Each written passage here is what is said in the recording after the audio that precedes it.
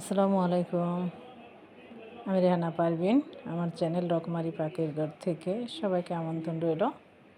আজকে আমি পায়েস রান্না করব গুড় ও চিনি দিয়ে মিলিয়ে।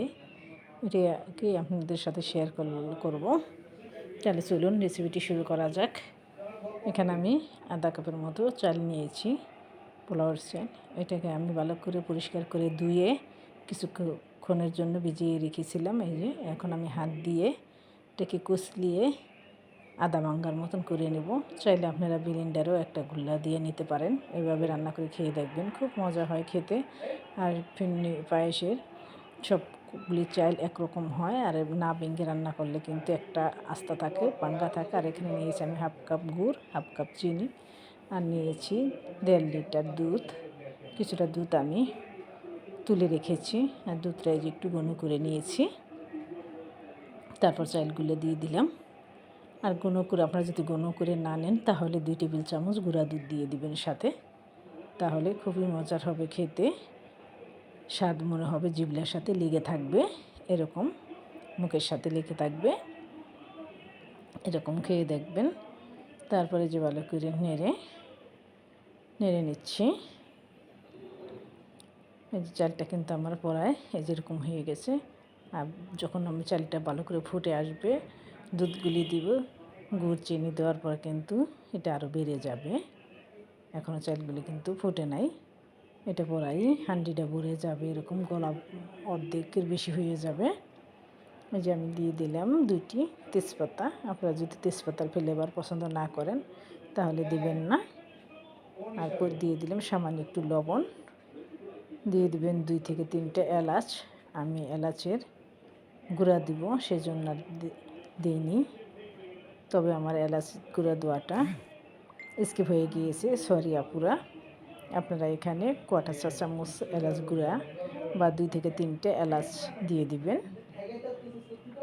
তারপরে যে আমার এরকম শুকনো অবস্থা এরকম হয়ে গেছে। এখনও কিন্তু চালটা ভালো করে ফুটে নাই। চালটা কিন্তু ফোটার অপেক্ষায় আমাদের থাকতে হবে। আর চুলার আঁচটা কমিয়ে দিবেন। আমি এই মুহূর্তে চিনি গুড় দুইটাই দিয়ে দিব। চিনি গুড় দিয়ে দিলেও কিন্তু আরেকটু পাতলা হয়ে যাবে, চিনি গুলে পানি বের হবে। তারপর গুড়টাও দিয়ে দিচ্ছি। এভাবে রান্না করে খেয়ে দেখবেন, বাসার সবাই কিন্তু খুব পছন্দ করবে। আশা করি আপনাদের ভালো লাগবে। ভালো লাগলে ভিডিওটি লাইক, কমেন্ট, শেয়ার করে পাশে থাকবেন। ফেসবুক থেকে দেখে থাকলে আমার পেজটি ফলো করার অনুরোধ রইল।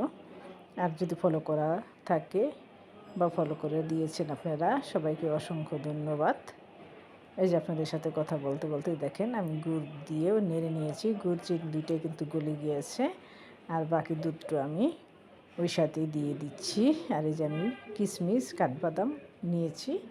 আপনারা চাইলে আপনাদের পছন্দ মতো দিয়ে করবেন, তবে পেস্তা বাদাম দিলে ভালো হয়, দেখতে সবুজ সবুজ মনে হয়, দেখতে লাগে। আমি কিছু কিশমিশ আর কাঠবাদাম পায়েসের ভিতরেও দিয়ে দিলাম, আর ডেকোরেশনের জন্য কিছু রেখে দিলাম। এই যে দেখেন পায়েসটা কিন্তু একদম হাফ গলা গলা বা হয়েছে, এরকম থাকবে। খেতে কিন্তু খুবই মজার। আপনারা একবার হলেও খেয়ে দেখবেন রেসিপিটা ফলো করে। আশা করি আপনাদের ভালো লাগবে। আর ইউটিউব থেকে যদি দেখে থাকেন তাহলে আমার চ্যানেলটি ঘুরিয়ে আসার অনুরোধ রইল।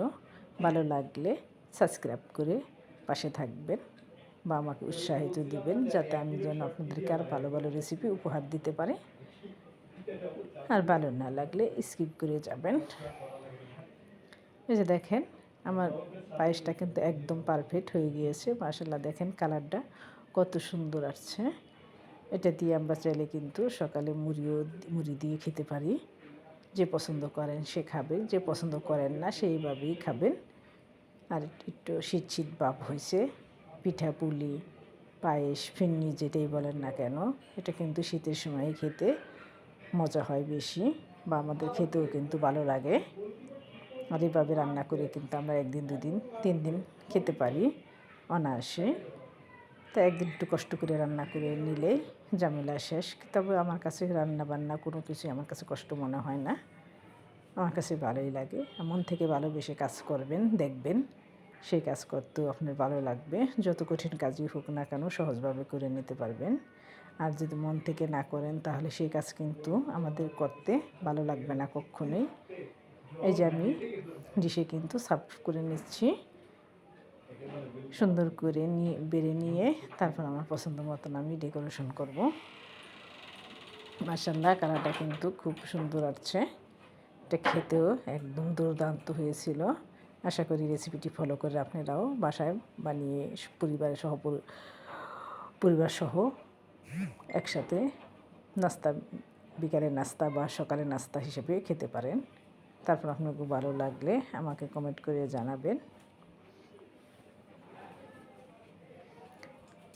এই যে আমার পছন্দ মতো আমি ডেকোরেশন করে নিচ্ছি, কিশমিশগুলি দিয়ে আমি মাঝেও আবার কাঠবাদামগুলি দিয়ে দেবো। এই যে দেখেন মাশাআল্লাহ কতটা সুন্দর হয়েছে, দেখতেই মনে হচ্ছে যে খুব মজা হয়েছে। আপনারা বলেন ভালো লাগছে কি না? আমার কাছে তো খুব ভালো লাগছে। আবার এটা বললেন না যে আমার রেসিপি দেখে আমার কাছে ভালো লাগছে, সেটা না, সত্যি বলছি খুবই মজারও হয়েছিল, আবার দেখতেও খুব ভালো হয়েছিল। তারা সবাই ভালো থাকেন, আবার দেখা হবে নতুন রেসিপি নিয়ে। আল্লাহ হাফিজ।